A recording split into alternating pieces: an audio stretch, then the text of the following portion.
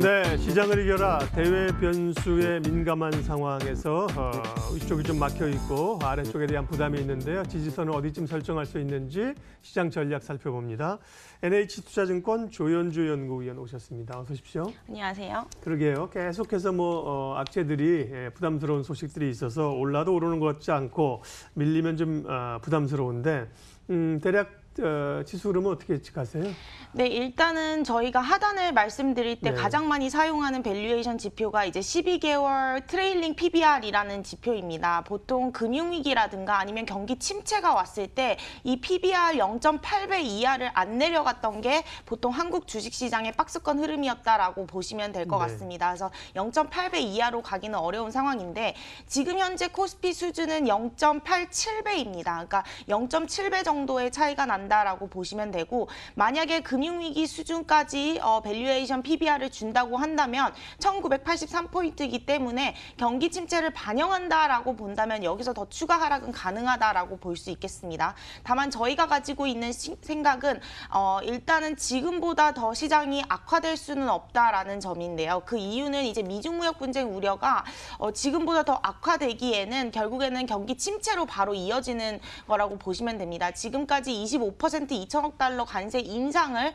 시장이 반영하고 있는 중이라고 저희는 생각을 하고 있고요. 여기서 추가 3,250억 달러까지 관세를 부과할 것이다라는 점을 반영을 한다면 경기 침체에 대한 우려를 고민해봐야 되는 시점이기 때문에 거기까지는 반영을 하지 않는다라고 본다면 지금 수준에서 미중 무역 분쟁이 더 악화되기는 어렵다라는 게 이제 저희가 가지고 있는 결론이고요. 다만 그러한 두려움 그리고 리스크에 따른 불확실성으로 주가가 조금 더 밀릴 수는 있을 것 같습니다. 다만 그럴 때는 오히려 이제 침착하게 시장 상황을 좀 보는 것이 좋다라고 판단을 하고 있습니다. 저희는 일단 단기적으로는 지금 밸류에이션 매력적인 구간이라고 생각을 하고 있고요. 뉴스에 따라 1위 1비하는 시장이지만 아직까지 과거 평균 5년인 0.9배 선까지 반등이 가능하다라고 보고 있어서 기술적 반등을 한 2,100포인트 정도로 판단하고 있습니다. 네.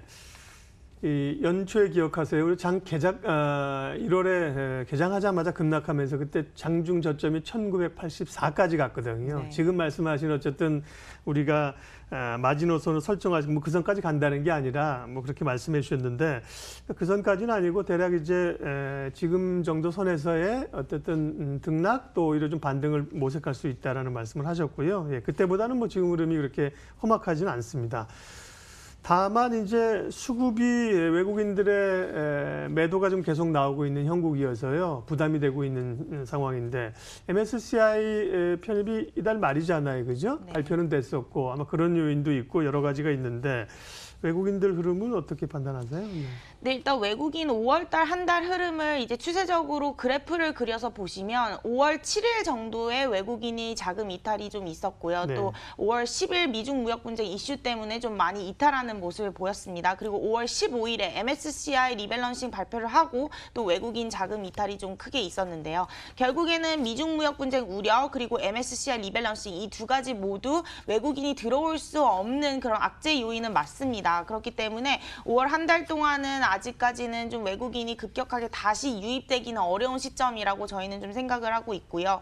일단은 5월 28일이 딱 리밸런싱 시점인데 여기서 원래는 기계적 매도가 출회하게 됩니다. 근데 기계적 매도가 나오게 되면은 그걸 또 사는 그런 액티브 자금이 좀 유입되게 되는데 최근에는 외국인이 미리 좀 많이 빠져 있기 때문에 수급이 비어 있는 상태입니다. 그렇기 때문에 기계적 매도가 나오면 그것을 또 담으려는 욕구가 좀 더 클 수 있기 때문에 오히려 5월 28일 리밸런싱 시점에는 외국인 매도가 그렇게 크게 나타나지는 않을 것이다라고 생각을 하고 있고요.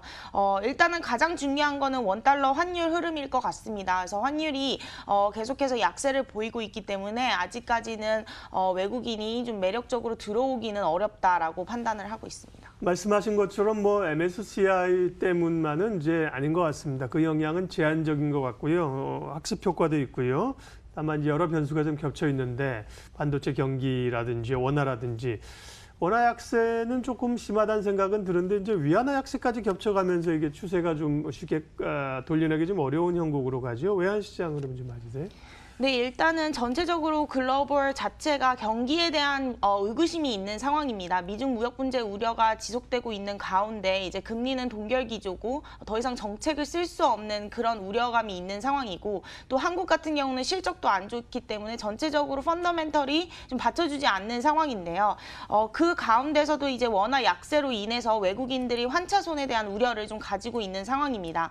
근데 대부분 이제 저희가 과거 원달러 환율과 외국인 순매매 흐름을 그려보면 한 1,200원 포인트 선 위에서는 이제 오히려 외국인 자금이 들어왔던 그런 사례가 있었습니다. 사실 1,200원을 올라섰을 때 외국인이 들어왔던 이유는 원달러 환율이 좀 약세를 보이면서 오히려 수출주들, 한국 수출주들의 세상성이 강화되면서 이제 실적이 개선되면서 외국인들 자금이 많이 유입됐었거든요. 근데 지금 상황에서는 저희 대형주 수출주들이 실적이 탑라인이 막히면서 좀 안 좋기 때문에 1,200원 포인트 선을 넘는다고 하더라도 외국인이 크게 유입되기는 좀 어렵지 않을까라고 판단을 하고 있고요. 또 위안화 약세까지 같은 경우는 이제 2018년 하반기 미중 무역 분쟁이 고조됐을 때 한 6.9위안까지도 하락을 했었습니다. 그래서 앞으로 뭐 지켜봐야 되는 이슈이긴 하지만 만약에 뉴스 플로우상 미중 무역 분쟁 우려가 고조가 되거나 이 하웨이 이슈로 인해서 중국이 어떠한 보복적인 대응을 하게 되면은 추가적인 약세는 가능하다라는 점에서 5월 달은 조금 보수적인 입장을 좀 제시를 하고 있습니다. 네, 지금으로선 뭐 5월이 좀 빨리 갔으면 하는 그런 그 바람들입니다.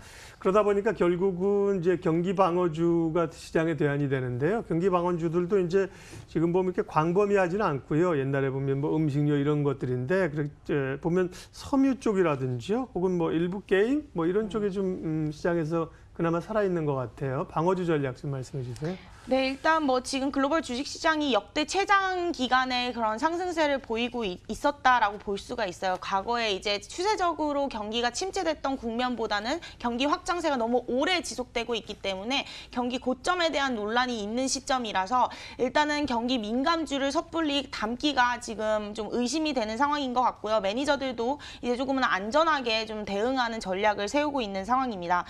주식시장이 앞으로 뉴스 하나하나에 일희일비할 거기 때문에 어떻게 보면은 이제 대응주로서 방어주를 좀 선택하는 게 좋으실 것 같고요. 그중에서 저희는 경기가 좀 무관한 성장주 중심으로 좀 최근에는 추천을 드리고 있습니다. 그래서 게임주라든가 뭐 인터넷, 콘텐츠 그리고 단기적으로는 낙폭 가대업종, 제약 바이오 이런 쪽으로 저희는 좀 추천을 드리고 있어서 일단은 뭐 전략을 봤을 때는 뭐 지금 많이 내렸던 종목 중에 민감주를 담기보다는 조금 더 경기에 무관한 성장주 중심으로 담고 계시다가 좀 시장이 좀 괜찮아지는 걸 보고 그때 확인하고 난 뒤에 민감주를 담아가시는 것도 나쁘지 않은 전략이다라고 판단하고 있습니다. 이번 한 주 남은 기간 동안에 주목해야 될 이슈는 어떤 게 있나요? 네, 아무래도 이제 지금 시장 자체가 너무 예민하기 때문에 금리 흐름에 대해서 굉장히 중요하게 저희는 생각을 하고 있습니다. 그래서 페드의 완화적 스탠스를 확인하는 게 저희는 안도랠리의 트리거라고 좀 생각을 하고 있기 때문에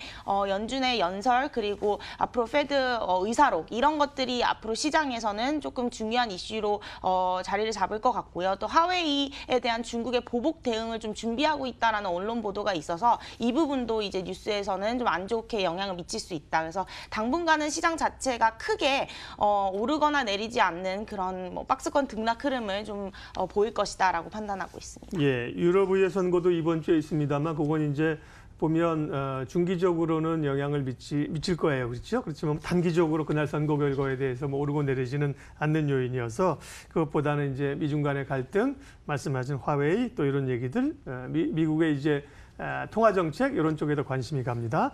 시장을 이겨라 오늘은 NH투자증권 조현주 연구위원 함께했습니다. 수고하셨습니다. 네, 시장 일단 두 시장 오름세로 진행이 소폭 상승이 돼 가고 있습니다. 대략 0.3, 0.5% 정도 미증시와는 좀 차별화해서 갑니다. 초반 흐름은요. 출발 마켓온 오늘 순서는 여기까지 하겠습니다. 함께해 주셔서 고맙습니다.